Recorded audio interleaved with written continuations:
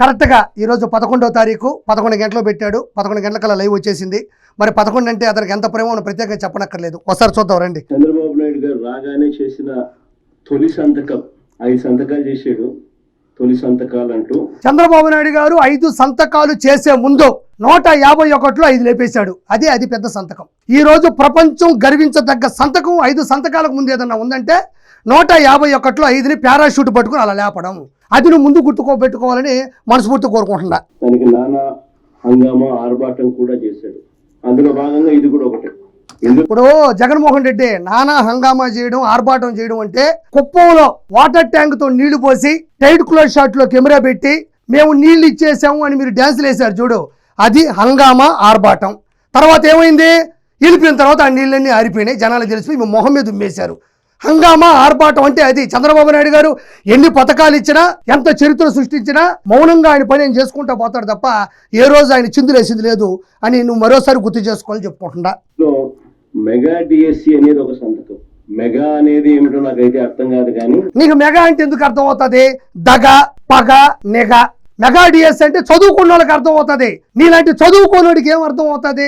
చిన్నప్పుడే స్కూల్ టీచర్ని చంప మీద కొట్టినోడు నువ్వు. బలపాలు తినేసి పుస్తకాలు అమ్మేసి పలకలు పగలు కొట్టేస్తే యానించి తెలుస్తుంది మెగా డిఎస్సి అంటే నీకు. జగన్మోహన్ రెడ్డి మెగా డిఎస్సి గురించి మాట్లాడుతూ ఉంటే నిజంగా నవ్వు వస్తుంది. ఎందుకంటే పిల్లలకి మంచి భవిష్యత్తుని ఇవ్వడానికి పాఠాలు చెప్పే ఎంతో గౌరవాన్ని పొందేటువంటి టీచర్లు ఈరోజు ముఖ్యమంత్రులైనా, నాయకులైనా, విఐపీలైనా, లీడర్స్ అయినా, చరిత్ర సృష్టించిన వాళ్ళైనా ఎంత స్థాయికి వెళ్ళినా వాళ్ళు మొదటగా గుర్తించేది, గమనించేది, ప్రేమించేది, ఒక గౌరవంగా ఉండేది టీచర్లతోనే. అలాంటి టీచర్లను తీసుకెళ్ళి వైన్ షాప్ ముందు నిలబెట్టి ఎవరైతే వైన్స్ కొనుక్కోవడానికి, లెక్కర్ కొనుక్కోవడానికి వెళ్తారో వాళ్ళందరినీ కూడా క్రమశిక్షణలో పెట్టమన్నటువంటి ఉద్దండుడు ఈ వ్యక్తి ప్రెస్ మీట్ పెట్టి నేను మెగా డిఎస్సికి తోడ్పడ్డాను కానీ మెగా అంటే నాకు తెలియదు అంటున్నాడు. ఏం చెప్పాలా ఒకసారి చూద్దాం. ఎందుకంటే ఇందులో 6100 ఉద్యోగాలు మేమిచ్చిన నోటిఫికేషన్. అంటే జగన్మోహన్ రెడ్డి మెగా డిఎస్సికి సంబంధించి 6000 ఉద్యోగాలకి నోటిఫికేషన్ ఇచ్చాడో లేదో జనాలకు బాగా తెలుసు. కానీ జగన్మోహన్ రెడ్డి హయాంలో 6000 ఉద్యోగాలు మాత్రం దగ్గరుండి తాడేపల్లి ప్యాలెస్లో కూర్చొని మాత్రం ఆదేశాలు జారీ చేసి ఇచ్చాడు అన్నది వాస్తవం. ఆ ఉద్యోగాలు ఎవరికి ఇచ్చారయ్యా మాకు తెలియదని మీరు నన్ను అడగచ్చు. నేను చెప్తున్నా వినండి.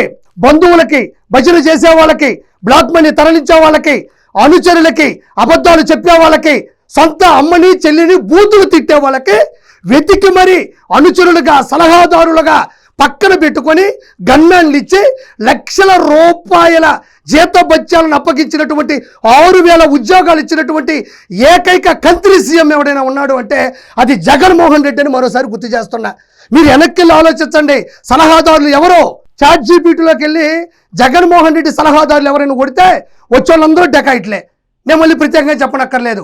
నిజమే, జగన్మోహన్ రెడ్డి 6000 ఉద్యోగాలు అక్షర సత్యంగా ఇచ్చాడు. ఆయన ఇచ్చిన చరిత్ర కాదు.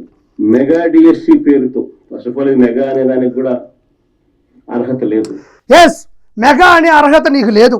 మెగా అనడానికి, మెగా డిఎస్సి అనడానికి నీకు కొంచెం కూడా స్కోప్ లేదు, అర్హత లేదు.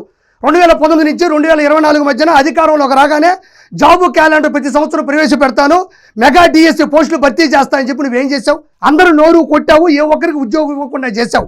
అందుకే కదా నిన్ను జనాలు ఫారిన్ నుంచి వచ్చి మరి లక్షల రూపాయలు ఖర్చు పెట్టుకొని మరి ఇక్కడికి వచ్చి సాయంత్రం పడిగాపులు పడి ఓట్లు వేసి నిన్ను గుద్ది ఓడించడం జరిగింది. ఒకసారి చూద్దాం.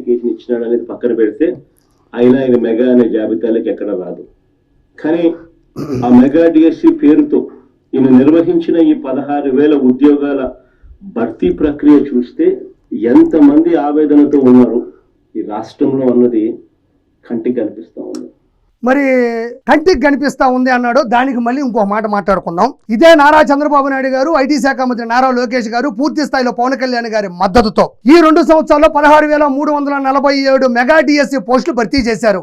నువ్వు కావాలంటే ఎక్కడైనా ఎత్తుక్కో, విచారించుకో, ఎంతమందికి ఉద్యోగాలు వచ్చాయో నీ ఐపాక్ టీంను కూడా పంపించు. మొట్టమొదటిసారి నిజాయితీగా పనిచేయమని చెప్తే వాళ్ళు దొరికిపోతారు. ఈరోజు ఆవేదన కనబడుతుంది, కంటికి కనబడుతుంది అంటున్నావు. ఆవేదన అంటే ఏంది? మెగా డిఎస్సిని ప్రాచుర్యం చేస్తూ ముందుకు తీసుకెళ్తూ ఉంటే 16,347 పోస్టులు భర్తీ చేస్తూ ఉంటే వాటిని ఆపుకోవడానికి, అంటే వాళ్ళకి పేరు రాకుండా లేదంటే వాళ్ళు మంచి చేస్తుంటే కీడు శంకించడానికి నువ్వు నీ వాళ్ళ చేత 250 కేసులు పెట్టించావు. ప్రపంచంలో ఈ హీన చరిత్ర ఏ ముఖ్యమంత్రికైనా ఉంటుందా? 16,347 టీచర్ పోస్టులు భర్తీ చేస్తుంటే వాటిని ఆపడానికి, వాళ్ళ భవిష్యత్తుని నిలిపేయడానికి నువ్వు వేసినటువంటి కేసుల సంఖ్య 250. మరి ఆవేదన ఉన్నదా? మరి కంటికి కనబడుతుంది అంటున్నాడు. మరి సొంత చెల్లి పసుపు చీర కట్టుకుందని దారుణంగా దుర్భాషలాడించావు, అది నీ కంటికి కనబడట్లేదా? సొంత తల్లి ఆస్తులో వాటాకు వస్తుందని చెప్పేసి కోట్లు పెట్టి లెక్కిస్తున్నావు, అది నీ కంటికి కనబడట్లేదా? సొంత బాబాని పైకి లేపేస్తే చెల్లెలు మొత్తం ఆ కేసుల చుట్టూ తిరుగుకుంటా ఉంది, అది నీ కంటికి కనిపించట్లేదా? మరి నీ టైర్ కింద సింగయ్య పడిపోయినాడు, అది ఎందుకు నీ కంటికి కనబడలేదు? నీ కారు, నీ టైరు, నీ కార్యకర్త, మరి కులం చూడం మతం చూడమన్నావు, టైర్ కింద ఉండే సింగయ్యను కూడా చూడలే నువ్వు. మరి ఏం చేయాలి ఈరోజు? రికార్డ్ అంటే ఏమిటో నేను ఒకసారి చెప్తా, తెలుసుకో చంద్రబాబు అని చెప్పి నేను చంద్రబాబు చెప్తా ఉన్నా. వైఎస్ఆర్సీపీ ప్రభుత్వంలో రాష్ట్ర చరిత్రలో గాని దేశ చరిత్రలో కానీ కని విని ఎరగని రీతిలో ఒకే నోటిఫికేషన్ ఒకే టైంలో 130,000 ఉద్యోగాలు భర్తీ చేసిన చరిత్ర ఈ రాష్ట్రంలో గాని. నేను ఎప్పుడో చెప్పినా మీకు, సచిన్ క్రికెట్ ఆడతాడు, జగన్ అబద్ధాలు ఆడతాడు. వీళ్ళందరినీ కూర్చోబెట్టుకుని నోరు ఎల్లబెట్టి చూస్తున్నారు, అన్నే ఉన్న గొప్ప మాటలు చెప్తాడేమో అని. ఇవన్నీ అబద్ధాలు అన్న సంగతి ఆడు కూర్చొని 60 మందికి కూడా తెలుసు. దాన్ని రికార్డ్ అంటున్నాడు. రికార్డ్ అంటే నేను చెప్తాను విను. తల్లికి వందనం, అన్నదాత సుఖీభవ, స్త్రీ శక్తి, దివ్యాంగ శక్తి, ఉచిత గ్యాస్ సిలిండర్లు, అందరినివా జలాలు, అన్నా క్యాంటీన్లు, టిట్కో ఇల్లు, ఆటో వాళ్ళకి అమౌంట్లు, మెగా డిఎస్సి పోస్టులు, టెన్షన్గా పింఛన్లు, పోలవరం పనులు, అమరావతి అభివృద్ధి, Google data centre, in any centre. This is not a track record, this is all time record. That is CBN sir. దారుణంగా దెబ్బతీసిన పరిస్థితులు ఈ రోజు రాష్ట్రంలో చూస్తా ఉన్నాం. చంద్రబాబు నాయుడు గారిని ఒకసారి గమనిస్తే ఒక అబద్ధానికి, ఓ మోసానికి, ఓ వెన్నుపోటుకి, ఓ దగాకి, ఓ స్కామ్కి, వీటికి చొక్కా ప్యాంటు గన తగిలిస్తే కనిపించేది చంద్రబాబు. ఓ కత్తు పోటుకి, గొలకరాయి ఘాటుకి, గొడ్డలి వేటుకి చొక్కాయి ప్యాంటు వేసి చాట్ జీపీటీలో పెట్టి ఒక ఊహా చిత్రం ఇమ్మంటే ఊహించిన చిత్రం వేస్తుంది అది. ఎందుకంటే ఇవి 3 చేసింది నువ్వే కదా. బాబాయిని గొడ్డలి వేటు, బస్సులో కూర్చొని రాయేస్తే ఇక్కడ తగిలింది, గొలకరాయి ఘాటు, ఎయిర్పోర్ట్ లో కత్తిపోటు, నీ జీవితం ఆటుపోటు. మరి కత్తిపోటు, గొలకరాయి ఘాటు, గొడ్డలి వేటు, ఈ 3టికి చొక్కా ప్యాంట్ వేసి గానా ఎవరు అని అడిగితే ఎవరైనా చెప్పేస్తారు, జగన్మోహన్ రెడ్డి. కాబట్టి మనం ఎదుటోళ్ళు అనేటప్పుడు మనం కూడా చూసుకోవాలని చెప్తున్నాను నీకంతే. ఒకటి గుర్తుపెట్టుకో జగన్మోహన్ రెడ్డి, నిన్ను నమ్మే పరిస్థితుల్లో జనాలు లేరు. 2 సంవత్సరాల కాలంలో నారా చంద్రబాబు నాయుడు గారు చేసినటువంటి అభివృద్ధిని దృష్టిలో పెట్టుకుని జనాలు నీరాజనాలు పలుకుతుంటే ఈ రోజు నువ్వేదో డైవర్షన్ పాలిటిక్స్ చేద్దామని వచ్చావు. కాబట్టి నిన్ను నమ్మే పరిస్థితులు ఎవరు లేరు అని మరోసారి గుర్తు చేసుకుంటూ థ్యాంక్ యూ సో మచ్.